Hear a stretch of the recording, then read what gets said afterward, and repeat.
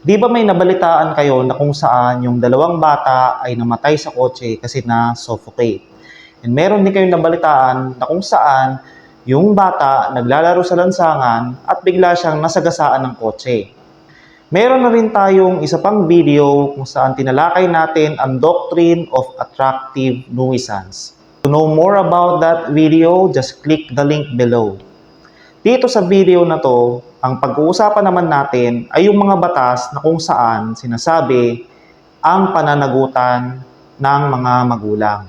Just a reminder, this video is for educational purposes only. If meron kayong kailangan i-clarify, just leave a comment below. Our topic will just be very short, kaya para mas maintindihan nyo yung ating i-discuss, just finish the entirety of this video.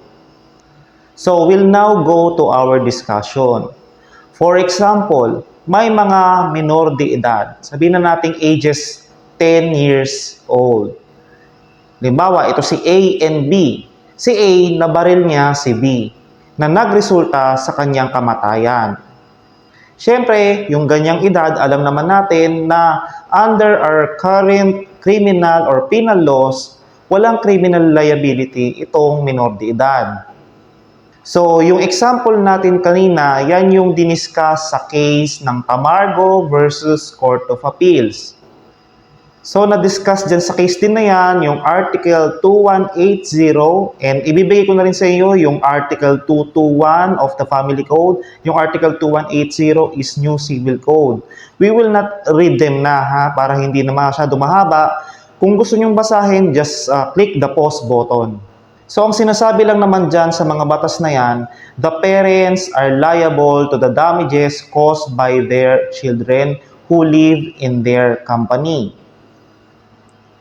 May mga defenses din under the law na kung saan magagamit ito ng mga parents para sabihin na hindi sila liable. Example, they observe the diligence required to prevent the damage. Example din ng defense na kung saan ang parents are not liable ay yung na-discuss sa case ng Quadra versus Alfonso Monfort. Diyan sa case na yan, hindi liable yung magulang na si Alfonso Monfort kasi hinatid lang naman ng mga magulang yung kanilang mga anak na mga estudyante dito sa school. At doon mismo sa school, nagkasakitan yung mga bata. Ang sabi dyan ng Supreme Court, Alfonso Monfort could not have prevented the damage. Take note case-to-case basis yan.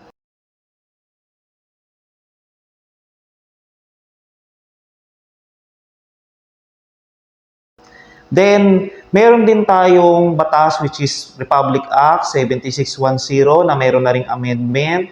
Diyan sa Republic Act 7610, yan yung child abuse law. So, pwede yung magulang ay maging liable din pagka pinaglilimos mo yung bata. So, child neglect is a form of child abuse. Okay, so that's it for today's topic. Sana marami kayong natutunan kahit na sobrang ikli lang ng ating discussion.